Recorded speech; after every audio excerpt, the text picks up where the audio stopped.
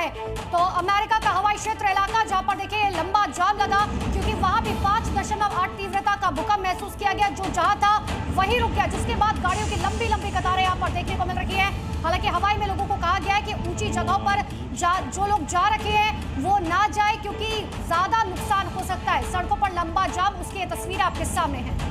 आमतौर पर लोगों की कोशिश यही रहती है कि घर से बाहर निकले, किसी ऐसे सेफ जगह पर जाएं जो खुला इलाका हो, मैदानी इलाका हो, जहां उनकी जान बच पाए। लेकिन दिक्कत यह है कि ये पूरा जो इलाका है वो समुद्र से घिरा हुआ है, तो ऐसे में लोग ना घर के भीतर सेफ है ना घर के बाहर। लोग सड़कों पर निकल रहे हैं, ऊंची जगहों का रुख कर रहे हैं कि सुनामी से भी बचे, लेकिन भूकंप के अगर तेज झटके आए तो वो धराशायी भी हो सकती है बिल्डिंग, किसी भी तरीके की कोई भी इमारत। चंदन, बिल्कुल, अगर बात की जाए तो जो सुनामी की स्थिति होती है ये तटीय इलाकों के लिए बहुत ही विस्फोटक साबित हो सकती है। और भारत ने साल 2004 में जो सुनामी का झटका महसूस किया था, इससे जबरदस्त तबाही हुई थी। अगर बात की जाए अमेरिका की, रूस की और जापान की, तो इसमें जापान जो है वो सबसे ज्यादा वेल इक्विप्ड है, क्योंकि वहां पर भूकंप आता रहता है। और ये तस्वीरें देखिए, यहाँ जो तस्वीरें आ रही हैं, अब पूरी तरह से लोग जो है यहाँ से हट चुके हैं। हालांकि जो कुछ लोग हैं वो अपने अपने छतों पर रह करके अपनी जान बचाने की कोशिश कर रहे हैं, लेकिन वहां का जो भूकंप मॉनिटरिंग सिस्टम है वो काफी सटीक रहता है। और ऐसे में वहां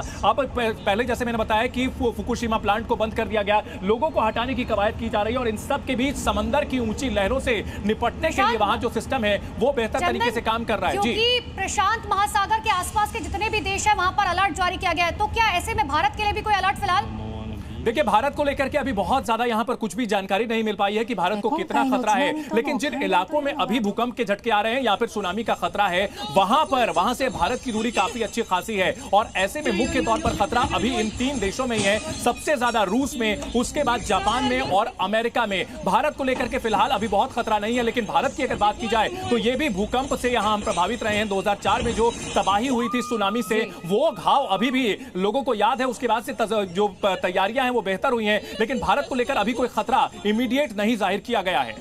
बिल्कुल। आप चंदन, आफ्टर शॉक की हम बात कर रहे हैं, तो ये पैटर्न क्या रहता है? क्योंकि अभी तक जितने भी भूकंप के झटके देश ने झेले हैं, चाहे नेपाल की भी हम बात कर लें, तो क्या पैटर्न नोटिस अभी तक किया गया है कि कितनी देर के बाद, दिनों के बाद, घंटों के बाद ये आफ्टर शॉक महसूस किया जाता है? देखिए, भूकंप के झटकों को लेकर के एक चीज साफ होती है कि भूकंप के झटके, जब एक मेन भूकंप आता है, जैसे 8.8 तीव्रता का भूकंप है, इसके बाद जो झटके होंगे, आफ्टर शॉक्स होंगे, वो इतने भयावह नहीं होंगे। लेकिन अगर मान लीजिए 7.5 तीव्रता का भूकंप भी होता है तो भी वो बहुत ज्यादा शक्तिशाली है। यानी कि जो रूस का इलाका है वहां पर खतरा बहुत ज्यादा है। रूस का जो ये इलाका, पूर्वी इलाका जो हम लगातार बता रहे हैं, कामाचाटका का इलाका है, यहां पर खतरा बहुत ज्यादा है। लेकिन राहत की बात यह है कि वहां पर आबादी उतनी घनी नहीं है जितना कि भारत जैसे इलाकों में होती है। वहां पर थोड़ा जो है निर्जन इलाका होता है, घर दूर दूर बने हुए होते हैं। ऐसे में तबाही थोड़ी कम होने की आशंका होती है। अगर जापान की बात की जाए तो जापान में जो है लगातार भूकंप से निपटने के लिए वहां पर तैयारियां होती रहती हैं। हालांकि अमेरिका को लेकर के जो ये कहा गया है, अमेरिका में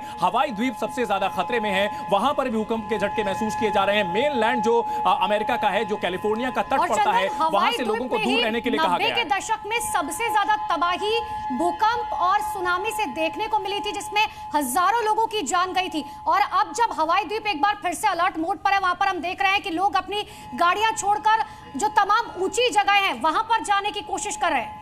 बिल्कुल, 7 तीव्रता का भूकंप बताया जा रहा है, हवाई में आया है। और ऐसे में वहां पर अमेरिका की ओर से सब समझा जा सकता है कि अमेरिकी राष्ट्रपति डोनाल्ड ट्रंप ने इस मामले में सबसे पहले जो है ट्वीट किया था और कहा था कि तमाम जो एजेंसियां हैं वो एक्टिवेट हो गई हैं और लोगों की सुरक्षा के लिए तमाम कदम उठाए जा रहे हैं। जी न्यूज़।